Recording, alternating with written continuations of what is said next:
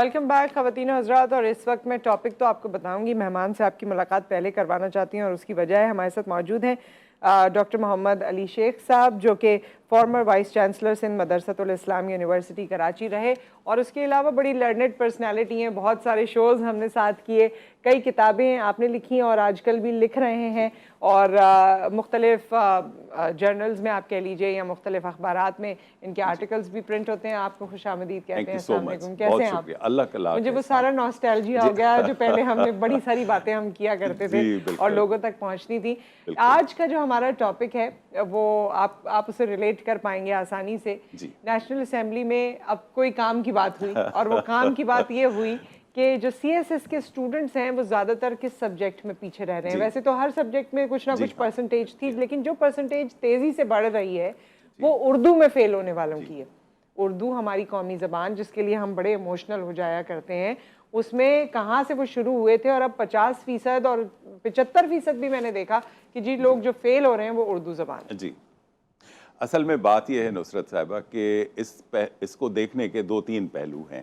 ایک تو یہ کہ جنرلی ہمارے ہاں یہ سمجھا جاتا ہے کہ اردو زبان کا اگر پیپر ہے تو جس کو اردو بولنے آتی ہے یا لکھنے آتی ہے وہ پیپر کلیئر کر سکتا ہے. ایکچولی وہ غلط ہے, کیونکہ یہ ایک ٹیکنیکل پیپر ہے اردو لٹریچر, اور جو اردو ادب ہے وہ اپنی جگہ ایک بہت سیریس مضمون ہے جس میں صدیوں کی اس کی اردو کی تاریخ ہے, ادب ہے, ادیب ہیں, پھر ان کا کرٹیکل جائزہ. تو سی ایس ایس میں جو امتحان لیا جاتا ہے وہ بیسیکلی صرف اردو زبان کا نہیں ہے بلکہ اردو زبان کے ادب کا ہے. لٹریچر ہے اردو ادب.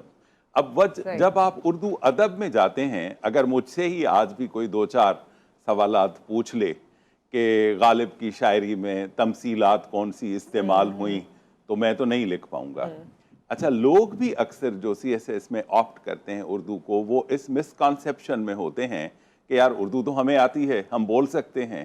تو جب وہ پیپر دینے کے لیے جاتے ہیں یا جب اس کو پڑھتے ہیں تو ان کو احساس ہوتا ہے کہ یہ تو بہت ٹیکنیکل سبجیکٹ ہے. اچھا, یہ کمپلسری سبجیکٹ نہیں ہے؟ نہیں, یہ آپشنل ہے. آپشنل ہے. اوکے. تو وہ اس آپشنل سبجیکٹ میں جب آپ جاتے ہو تو اس وقت لوگوں کو لگتا یہ ہے کہ یہ آسان ہے, لیکن حقیقت اس کے برعکس ہے.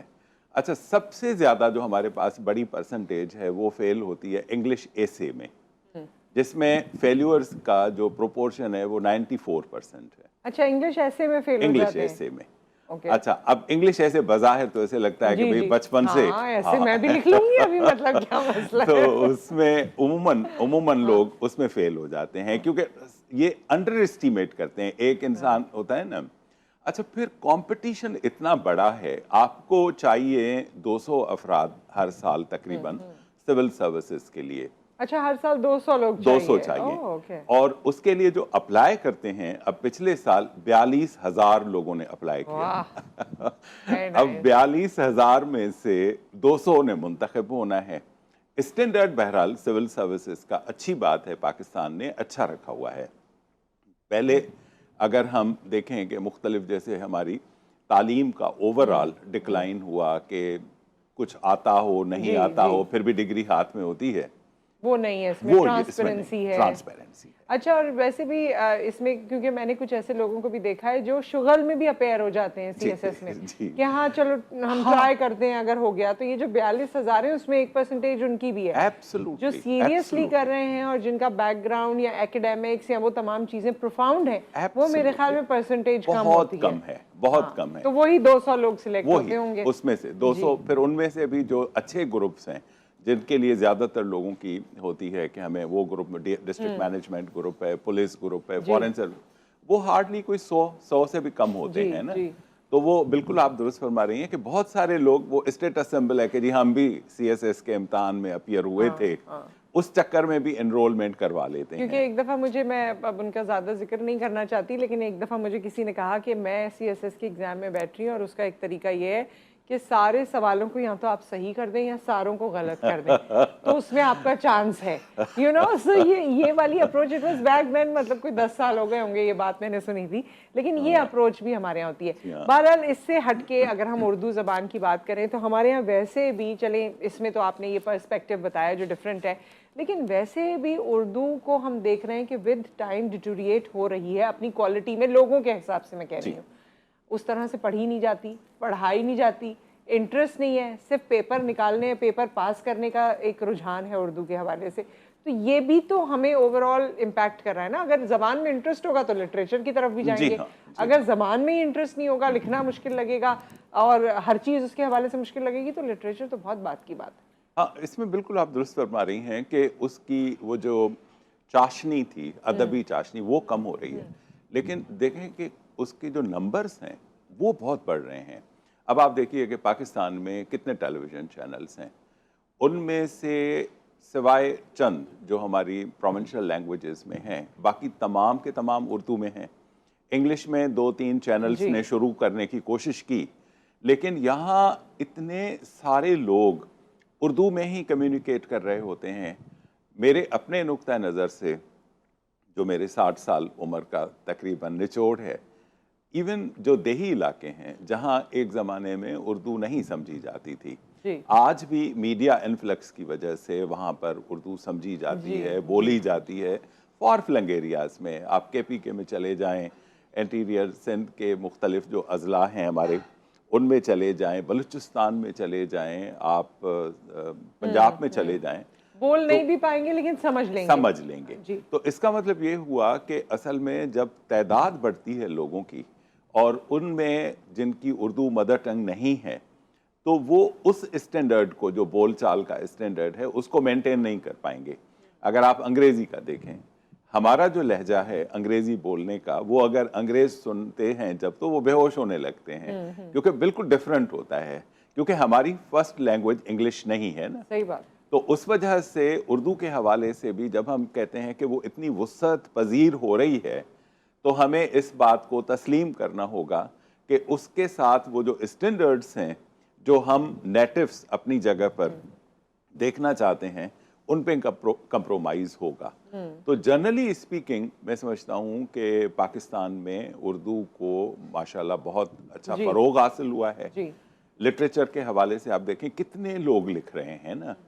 اچھا, بول چال کا ایک ایسپیکٹ ہے, لٹریچر کا ایک اور ایسپیکٹ ہے. البتہ جس میں کمی ہے وہ یہ ہے کہ ہماری جو سرکاری مشینری ہے, اس میں ابھی تک اردو کو وہ حیثیت حاصل نہیں ہوئی. سپریم کورٹ نے 2-3 ڈیسیشنز دیے کہ بھئی دفتری معاملات میں بھی اردو استعمال ہوگی, لیکن اس میں پریکٹیکلی اتنی قدغنیں ہیں کہ اس کی وجہ سے وہ ہم ابھی تک امپلیمنٹ نہیں کر پا رہے. تو اس وجہ سے تھوڑا سا ہم نے بہت زیادہ ہم توجہ نہیں دے پائے. جی ہاں. تو یہ ہے کہ باقی سبجیکٹس میں تو ہوا ہی, لیکن نیشنل اسمبلی میں اس بات پہ زیادہ شور مچا. آپ نے کہا کہ ایسے میں انگلش, ایسے میں 90s میں لوگ 94% لوگ فیل ہوتے ہیں, لیکن وہ ہم نے اگنور کیا. اردو جو ہے نا, وہ اس لیے کہ انگلش کو تو ہم جسٹیفائی کر سکتے ہیں نا کہ بھئی ہماری زبان نہیں ہے, لیکن یہ وہ جو لوڈو کھیلتے ہیں نا, اس میں آخری 97 پہ ایک سانپ بیٹھا ہوا ہوتا ہے, جو پھر آپ کو 1 پہ یا 0 پہ لے جاتا ہے. تو وہ CSS میں وہ ہوتا ہے ایسے کا ایگزام, انگلش ایسے. اچھا. یعنی 94% لوگ دوسرے سبجیکٹس میں کلیئر ہوتے بھی چلے گئے, لیکن ایسے ان کو واپس بھجوا دیتا ہے کہ آپ نیچے چلے. ہاں, انگلش ایسے. اس کی کیا وجہ ہے ویسے؟ اس کی وجہ یہ ہے کہ انگلش کمپوزیشن 2000 ورڈز کا آپ کو وہ ایسے لکھنا ہوتا ہے نا, 2000 ورڈز کا, اور آپ کے پاس ہوتے ہیں 2 یا 3 گھنٹے کا جو ٹائم ہوتا ہے. اس کے اندر ٹاپک آپ کو کچھ پتہ نہیں ہے, اچانک آپ, حالانکہ وائڈ ویرائٹی وہ دیتے ہیں, 8-10 ٹاپک ہوتے ہیں, اسی میں آپ نے بیٹھ کے اپنے آپ کے اپنے جو خیالات ہیں ان کو کمپوز کرنا ہے. پھر وہ زبان بھی انگریزی کی ہو, اور اس میں وہ اسٹینڈرڈ دیکھیں, اور اس میں اور کوئی دوسرا کوسچن نہیں ہوتا, ایک ہی کوسچن ہوتا ہے کہ آپ کو 2000 ورڈز کا ایک ایسے لکھنا ہے. تو وہ کافی مشکل ہوتا ہے. تو اس وجہ سوائے یہ کہ اگر آپ کو لکھنے کی صلاحیت ہو اور آپ ویسے ہی اچھے لکھاری ہوں اور تھاٹفل ہوں اور ایک ایک چیز پہ آپ کی پوری اسٹڈی ہو, اور وہ بھی جو CSS میں وہ ایسے ایکسپیکٹ کرتے ہیں وہ یہ کہ بڑے آپ کام کمپوزڈ آپ کی وہ تحریر ہو اور اس میں آئیڈیاز ڈسکس ہوئے ہوں، ان میں ردم ہو، لاجک ہو. آپ اپنے آپ کو انٹروڈیوس کر رہے ہوتے ہیں نا اس کے ذریعے. ایگزیکٹلی. تو یہ تمام چیزیں، لیکن اتنا آپ کا تعلیم کے ساتھ وابستگی رہی ہے اور اتنے آپ نے اسٹوڈنٹس کو دیکھا ہے اور تعلیم کے معیار کو دیکھا ہے، وقت کے ساتھ ساتھ آپ کو بہتری نظر آئی ہے یا آپ کو لگا ہے اسٹوڈنٹس میں خاص طور میں کہ ہمارے ہاں اب وہ کوالٹی میں مسئلہ ہو گیا ہے؟ اس میں نصرت صاحبہ دو طرح کے ہیں ہمارے پاس اسٹریمز. ایک میں تو کوالٹی اچھی امپروو ہوئی ہے، کچھ ہماری پاکستان کی لوکل یونیورسٹیز اور انٹرنیشنل میں اچھی جو ریپوٹیڈ یونیورسٹیز ہیں ان کی وجہ سے ایک طبقہ آپ کی پاپولیشن کا ہے جو اسٹوڈنٹس فلی کنسنٹریٹ کرتے ہیں، دے آر دا بیسٹ، اور ان کے لیے مارکیٹنگ کے حوالے سے ان کی امپلائمنٹ کے حوالے سے اپرچونٹیز بھی بے تحاشا ہیں. زیادہ جو بڑا طبقہ ہے جس کو آپ سمجھیں کہ 80+ میں ہوگا، 80% اور پلس میں، ان کا اسٹینڈرڈ ڈکلائن ہوا ہے اوورآل. اور اس میں ایک سب سے بڑا جو مسئلہ ہے ہمارے تعلیم کے نظام کا ہے نا. مثلاً آپ یونیورسٹیز دیکھیے، یونیورسٹیز میں ایک آپ کی بڑی مین یونیورسٹی ہے بڑے شہروں میں، university of Karachi, university of Peshawar, university of Punjab. وہاں ایک سرٹن اسٹینڈرڈ فیسلٹیز وہ دی جاتی ہیں، فیکلٹی اچھی ہے. ان کے ساتھ ایفیلیٹڈ کالجز ہیں. مثلاً اگر کراچی کی ہم بات کریں تو 100-150 مختلف کالجز سرکار کے زیر انتظام چلنے والی، ان کو بھی ڈگری کراچی یونیورسٹی ہی دے گا یا پنجاب یونیورسٹی دے گی یا پشاور یونیورسٹی دے گی، لیکن ان کالجز میں نہ اساتذہ کا وہ معیار ہے، نہ ایکسپریمنٹل لیبارٹریز وہاں اس نوعیت کی ہیں، نہ اٹینڈنس ہے. تو اس میں پھر وہ انفیئر مینز کی طرف رجحان بڑھتا ہے. اور وہ جب مارکیٹ میں آتے ہیں تو ڈگری تو ان کے ہاتھ میں ہوتی ہے لیکن وہ تعلیم نہیں ہوتی، اسٹینڈرڈ نہیں ہوتا. تو یہ دونوں عوامل ہیں کہ ایک طرف کچھ ہمارے طبقات ایسے ہیں جس میں اسٹینڈرڈ آف ایجوکیشن بہت بہتر ہوا ہے، جس کے نتیجے میں آپ دیکھتے ہیں کہ انٹرنیشنلی ہمارے گریجویٹس اتنا زبردست طریقے سے کمپیٹ کرتے ہیں، میڈیکل کے ہیں، انجینئرنگ کے ہیں، دنیا بھر میں.